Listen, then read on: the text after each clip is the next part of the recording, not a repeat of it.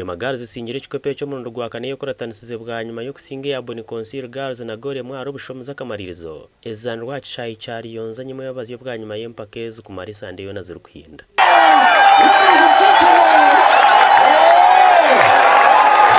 Umuzani Beatrice cyo kushabana watebere Gore dakiki nazonka zuru kubara yo muzano gukwa ecenzera aba Boni Concile ntegene kwe kuhereza Shema Girls zo bahanguza har Boni Concile mu rwa kabere yo kuratanisize bwa nyuma ya team zombi ku com final zo mwako guhwire naho Shema Girls yasingire Gore mwaro busha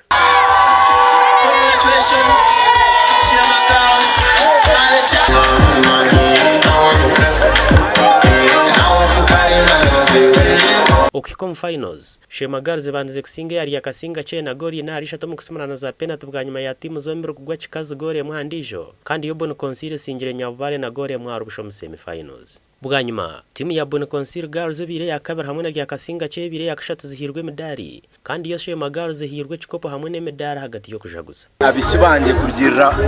nanka ibabine pressure nanka na namani injacha ba chance yo kujya kubaraka national the same cup siko kugiye ibindi mbarara nonga nyoni ndeba ngo ekine kintu cyamane abo kuba ntureba ngo timu eriyo nekura yongera kugira ubukungu